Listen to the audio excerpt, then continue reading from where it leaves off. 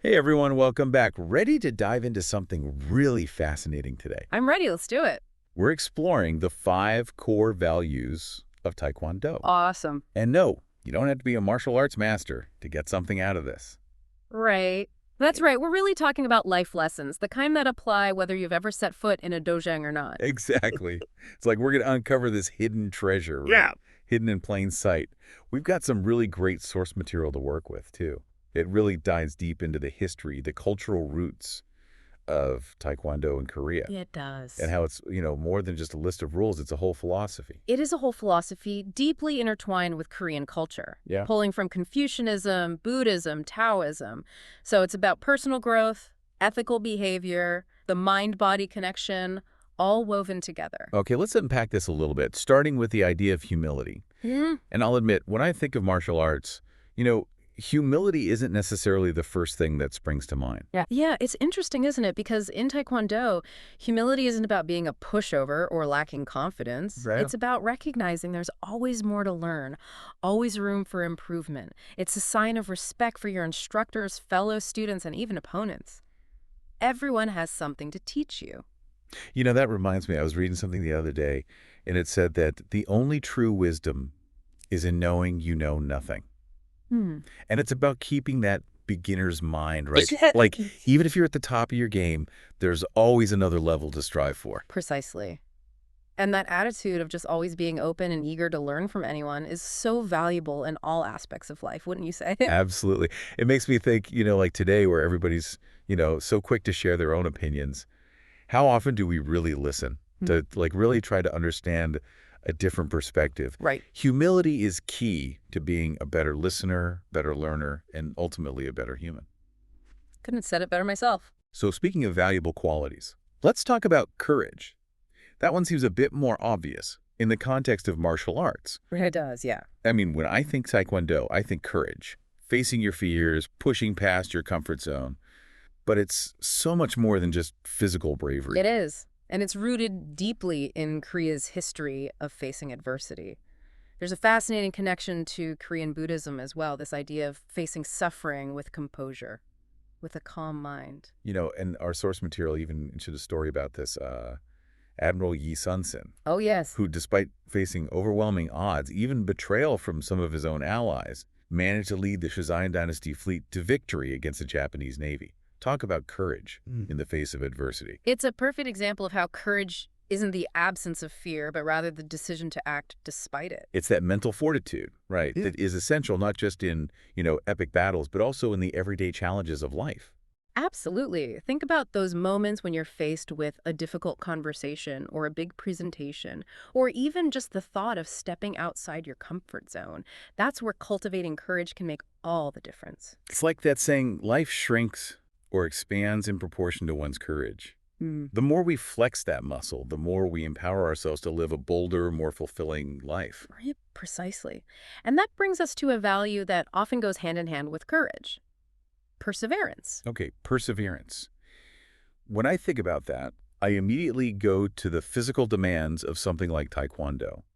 You're not going to master a spinning hook kick overnight. No. It takes dedication, consistent effort, even when you're not seeing results right away. You've hit the nail on the head. Yeah. And this value, it's woven into the very fabric of Korean history and culture. Think about the challenges Korea has faced and overcome. Perseverance is not just a virtue there, it's a way of life. Yeah, it's that never give up spirit, that refuses to be defeated. It makes me think about a quote by the Dalai Lama. With realization of one's own potential and self-confidence in one's ability, one can build a better world.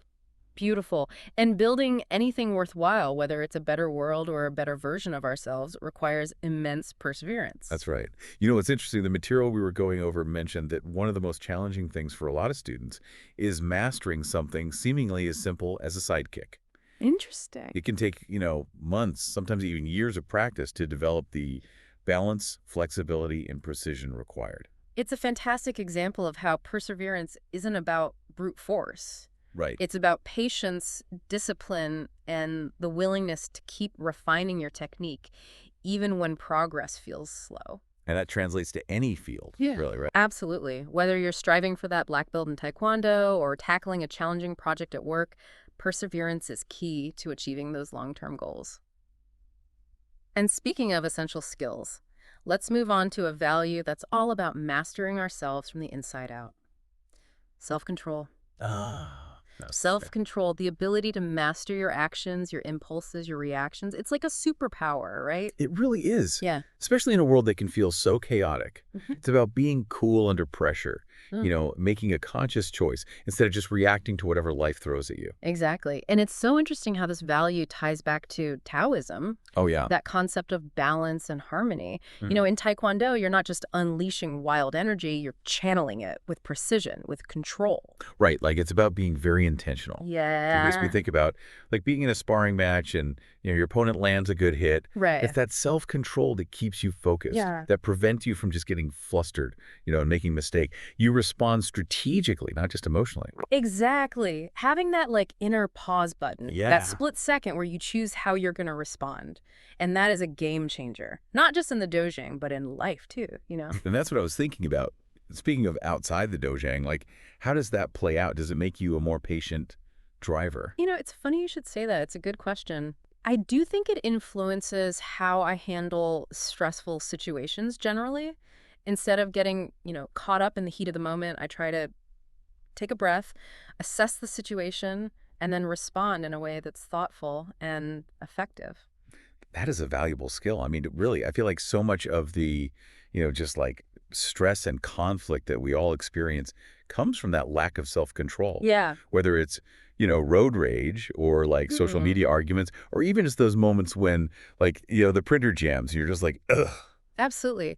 Self-control is about emotional intelligence. It's Yeah. about recognizing we have a choice in how we respond to the world around us. And having that awareness can be so empowering. It can. Like the Stoics said, we cannot control what happens to us, but we can control how we react to it. Ready to tackle the fifth core value? Let's do it. Hit me. This one is, it's a mouthful. Indomitable spirit. Sounds pretty intense, right? It does, it does. It sounds like it takes some serious inner strength to embody. Yeah. It's like that unwavering will to overcome any obstacle, no matter how daunting.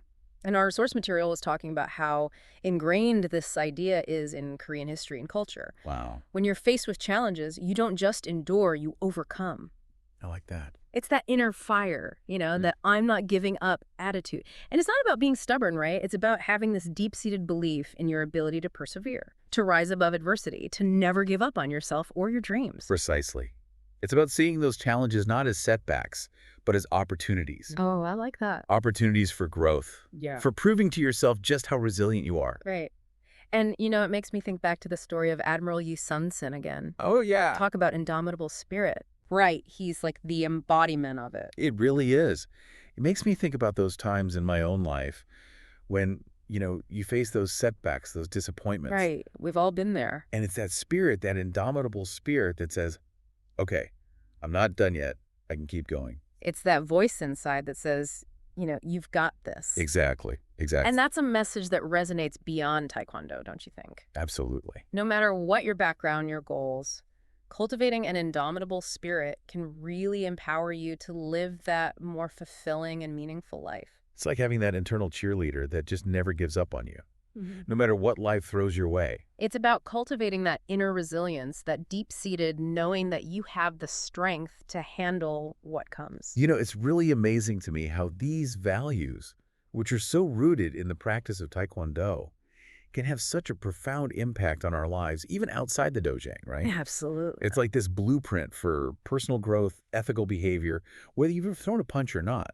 It is. And, the source material even talks about how to formally teach these values. Yeah, it did. Even in a cultural context like Denmark, I loved that part. which is so different from Korea. It is, and it just goes to show these principles are universal. They are. They resonate across cultures and backgrounds, Yeah. and it makes you wonder, why aren't these values taught more widely? Right. Imagine if they were. Right. What if humility, courage, perseverance, self-control, indomitable spirit, what if those were celebrated and nurtured from a young age? Like, what kind of world would we be living in? There's an amazing thought. I was really intrigued by that idea of bringing these values into the belt ranking system. Oh, yeah. So it's not just about physical skill, Yeah. Imagine a world where those qualities, humility, perseverance, Hmm. were held in the same regard as academic achievement or professional success. It's a fascinating concept. It really shifts the focus from just purely external achievements to something more holistic, Right. one that values character development, ethical behavior. And it all starts with recognizing those values, right? And Uh-huh. creating intentional space for them to be nurtured, to be developed. It does. And speaking of which, our source material also talked about the importance of role models, Oh, absolutely. senior students, instructors who are embodying these values in their actions, their interactions every day. We learn so much through observation, Right. through seeing these principles in action. So having strong role models who really exemplify these values is essential. It creates a culture of respect, of integrity, of personal growth. It's like that saying, be the change you wish to see in the world. That's it. If we want to see more humility, more courage, more perseverance in the world, well, we have to embody those values ourselves, Yeah, I right? couldn't agree more. And that brings us to a really crucial aspect of cultivating these values, the role of the trainer or the instructor. Yes. And I was so interested to read about the trainer's approach, Yeah. how they instill these values. And this whole idea of experiential learning really resonated with me. It's so much more powerful than just talking about it, isn't it? It is. It's about creating those opportunities for students to embody humility through their actions, Right. to practice courage by stepping outside their comfort zones, to develop perseverance through consistent training. Yeah, it's about making it real. Exactly. It's not just words on a wall. It's, Living, breathing principles Yes. that are woven into the training environment itself. it becomes the culture. Precisely. You create that culture where these values are celebrated, they're encouraged, embraced, as essential elements of personal growth and development. And it sounds like this trainer really gets that, the importance of that safe and supportive space. He does, 100%. It's about fostering a real sense of community, belonging, Yeah. where those students feel empowered to really learn, to grow, to embody these values without being judged. It reminds me of that saying, it takes a village to raise a child. It really does. We all thrive when we're in those supportive environments, Mhm. where we feel seen, where we feel heard. We do. And when you think about it, that sense of community, that shared sense of purpose, it's something that a lot of people are missing these days. Yeah. Maybe that's why so many people gravitate towards martial arts, It's more than just the physical challenge. It's about plugging into something bigger than yourself. That's such a good point. I never thought about it like that before. But Right. in a world that can often feel really isolating, you're right. Taekwondo gives you that framework for building connections, for becoming stronger, more resilient. Exactly. More compassionate as individuals, but also as a group. It's like that dojang becomes a microcosm Yeah. of the world we want to see, Yes. where those values are not just something you talk about, but something you live every day. And the beauty of it is it's not static. It's not like, okay, I learned this value, I'm done, Yeah. It's a process. It's dynamic. Yeah. These qualities, we can keep cultivating them, keep developing them, and in doing so, we can inspire the people around us to do the same thing. Like a lifelong journey. This self-discovery and growth, guided by these amazing principles, humility, courage, perseverance, self-control, indomitable spirit. Now, I don't know about you, but after spending all this time with these values, it really drives home that they're not just for people in a dojang. no, they're not. These are universal principles. They really are. It can benefit anyone, Absolutely. Anyone. whether you've ever done a single karate chop or not. 100%. Student, entrepreneur, parent, you name it. These values, they offer this really powerful roadmap for anyone who wants to grow and live a more ethical life. And so, as we wrap up this deep dive into the 5 core values of Taekwondo, I want to leave everyone with this. Think about something you're facing right now, big or small. It could be anything. A project at work, a personal goal, an issue in a relationship. Ask yourself, how could I use one of these values to approach this differently, in a more empowered way? What a great question to end on. And remember, it's when we make that choice, that conscious choice to actually live by these values, that's where their true power comes alive. Because ultimately, these values aren't just about becoming better at Taekwondo. Right. They're about being better human beings. And that's a journey we can all be on together, one courageous step at a time.